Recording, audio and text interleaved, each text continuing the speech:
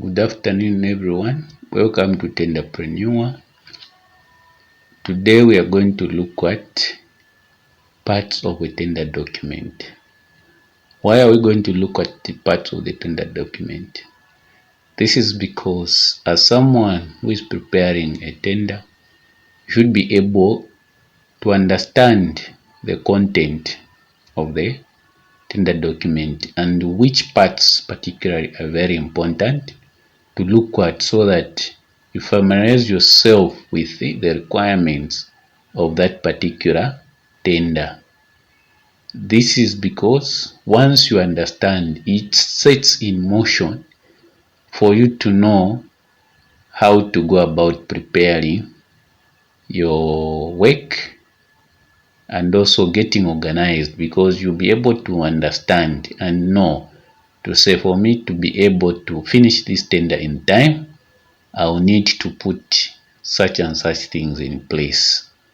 And from my experience, I found that the moment you establish early in the preparation journey of the bid what the requirements are, you'll be able to calculate which things will require you more time to put in place and which things will require less time.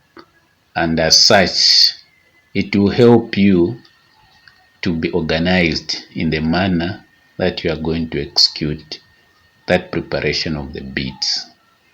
Hence, this topic is very important, and I actually encourage you to follow through so that you are able to grasp just from the few things that we are going to discuss.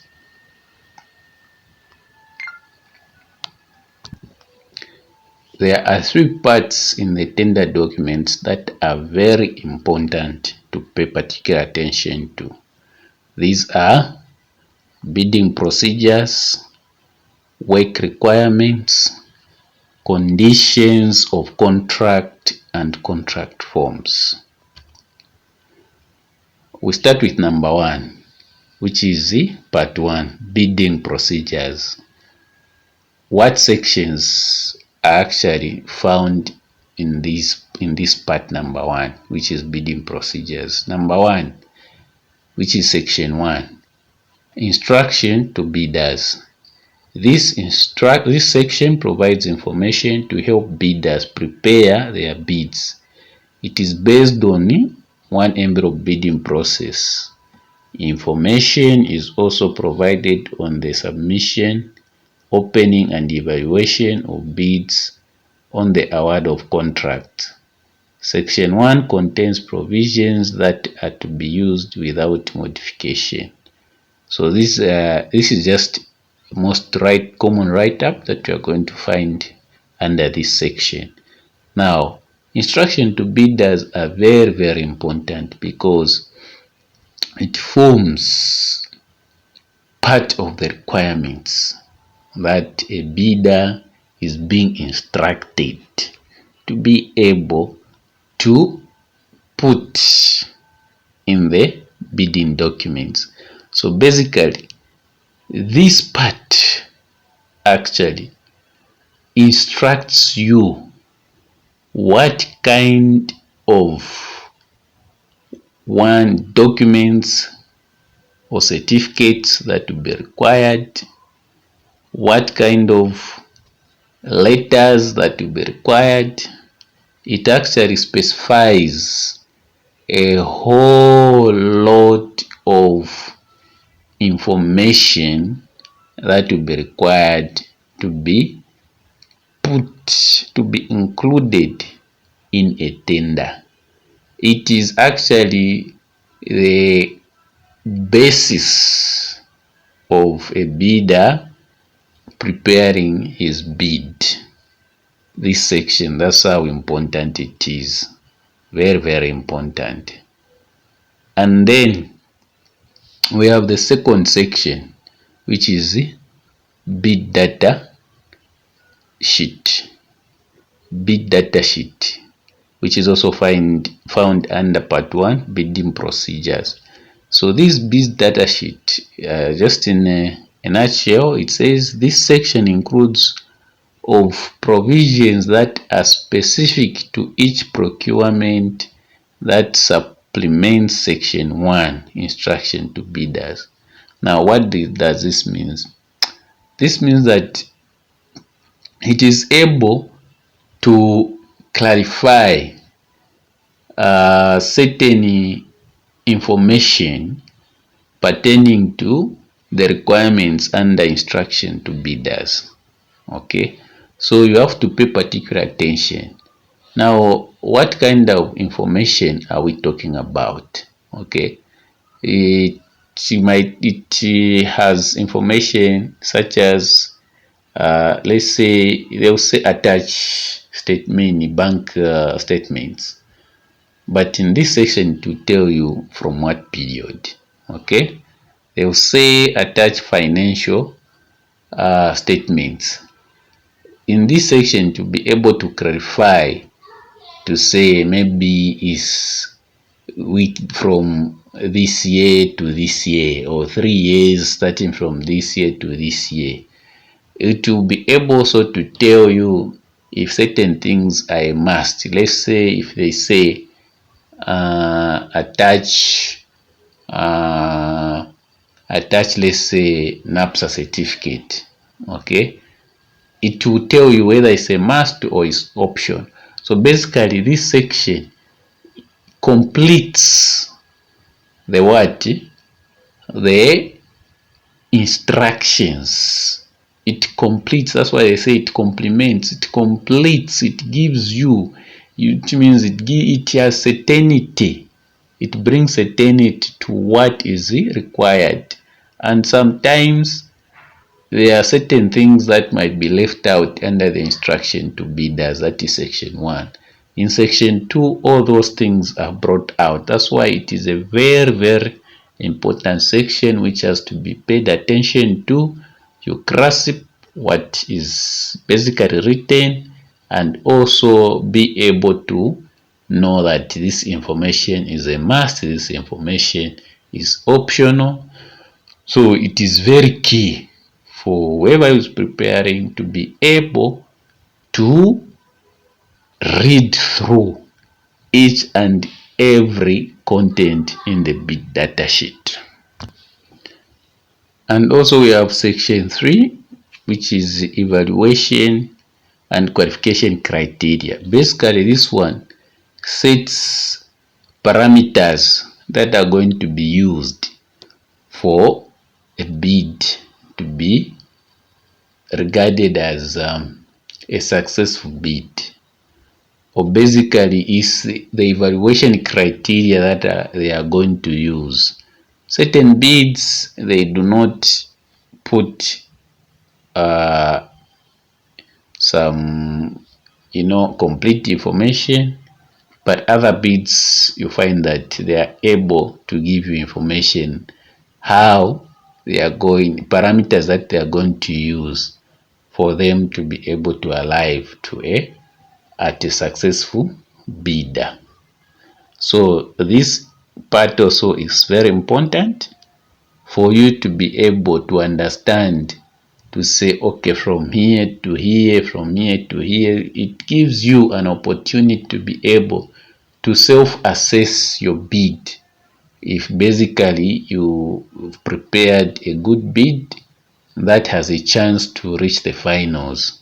That's why it's very, very important. For me, basically, I normally like to encourage whoever is preparing to be able to read through, just take notes of what has been highlighted, what they are going to follow. Certain bids, you find that they tend to clarify, okay, how certain things are going to be measured.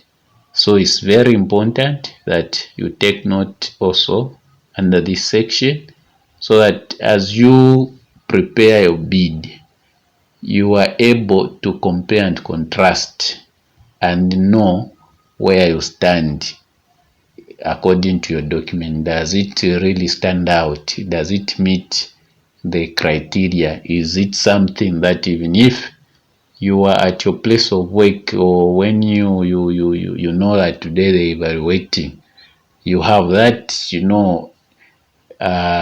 mind of knowing that I stand a chance to reach the finals.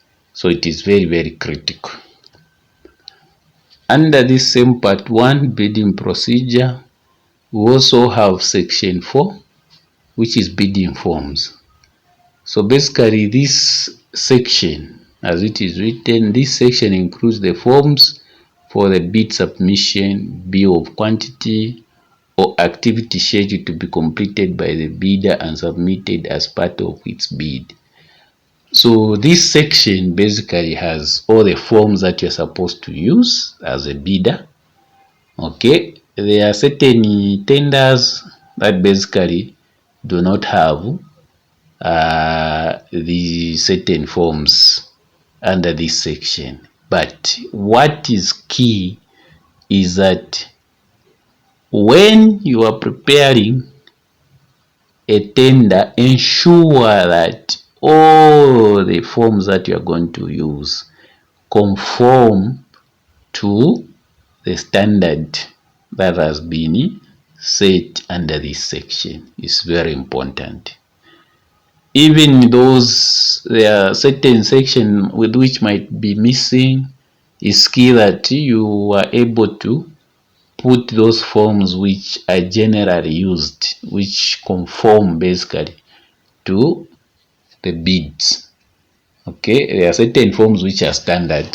So it's very important to be able to understand and know that this form is actually an acceptable form.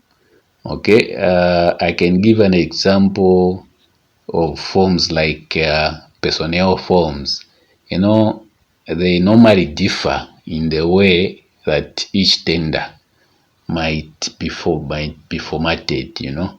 So certain forms, they require a lot of information. Certain forms require just few sections to be filled up.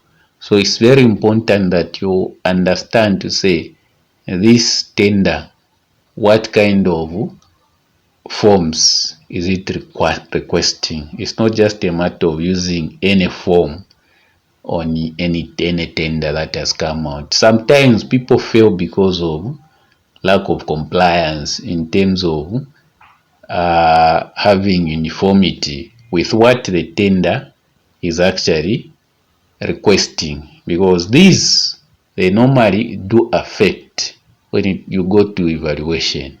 You find that you've submitted bids, they've got a standard, there is what we call a master copy that they are using for them to evaluate, and then they find that you had used a different format from what was given in the tender document. So it's very key that you actually check that whatever forms you are putting, you are actually qualifying them. They are similar to what has been put in the tender. The other section is section 5, which is about eligibility countries. So it says that this section contains information regarding eligible countries.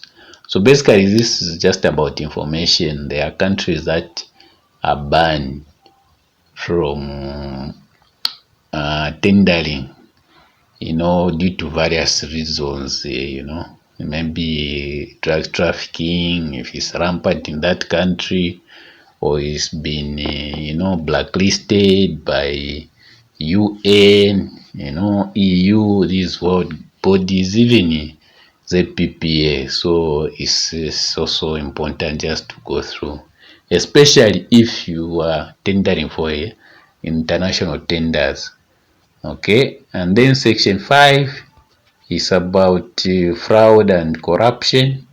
So section 6, fraud and corruption.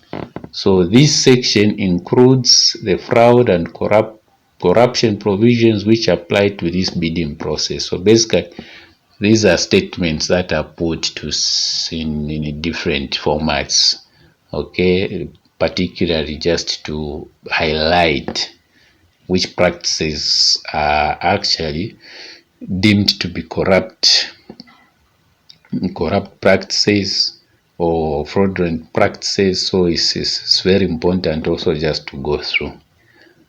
And then we have part 2, works requirements. Part 2, works requirements.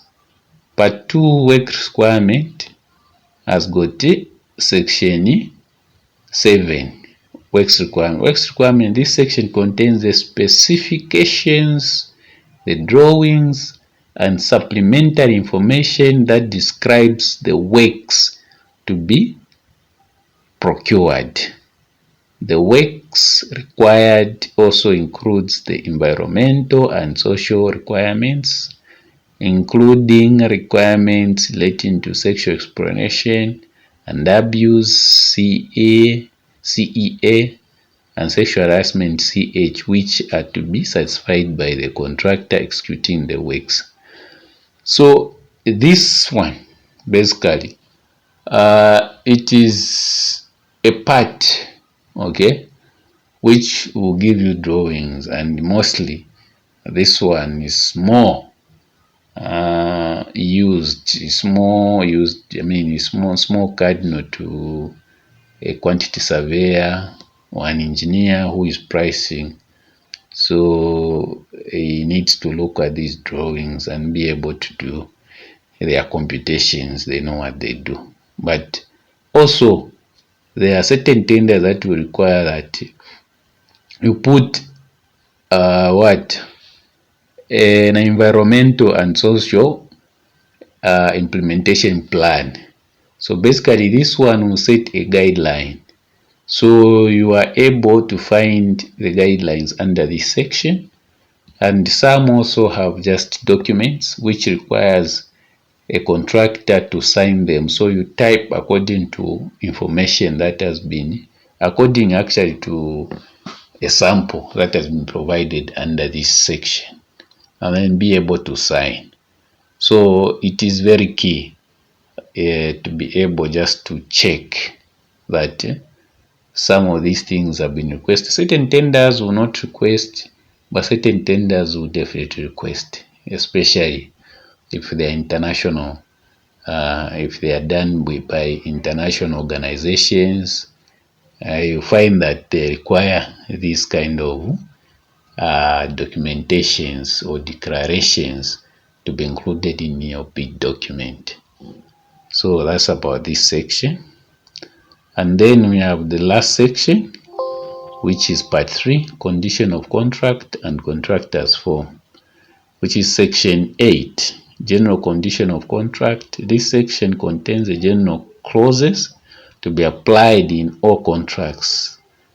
So this section basically is just, it's used when you become a final mean a winner. When you win, you get the contract. That's when this part becomes very key. You need to go through, understand the terms of the contract, the clauses, what they mean, so that even as you start executing the project or when you are accepting it, you understand what is required of you, you understand your roles, you understand basically what you expect from your employers. And then we also, under this same part 3, we have section 9, particular condition of the contract. Just like I said, these basically are conditions that are enshrined in the contract. So one thing that you should not forget is that when a contract is given to you, it's supposed to conform to these conditions which are under this section. Anything that does not conform to it, you have the right to seek clarification. Because remember, when a tender document is given to you, when you respond to it and you win, that tender document and your bid becomes a contract. that's what forms a contract. So basically anything that is outside this part 3, it means that you need to get clarification, because when someone wants to pin you down, okay, they will use what is here.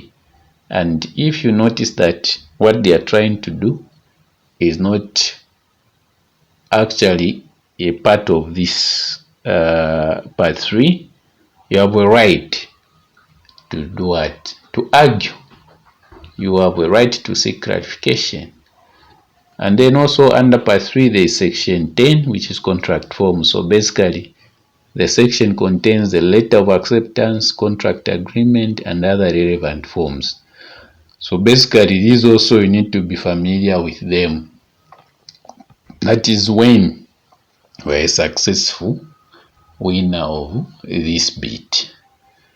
That's when this part becomes very, very key to you as a contractor. Otherwise, you'll be signing a contract that actually you don't even know what kind of information or what kind of contract that you've won. So it is very, very important that you are able to familiarize yourself with this part, especially when you win, when you emerge as a winner. Very, very important. Very, very important. I think for today we are going to end here. Actually my video has been very long. Thank you for your attention. I hope to see you in the next video. Bye.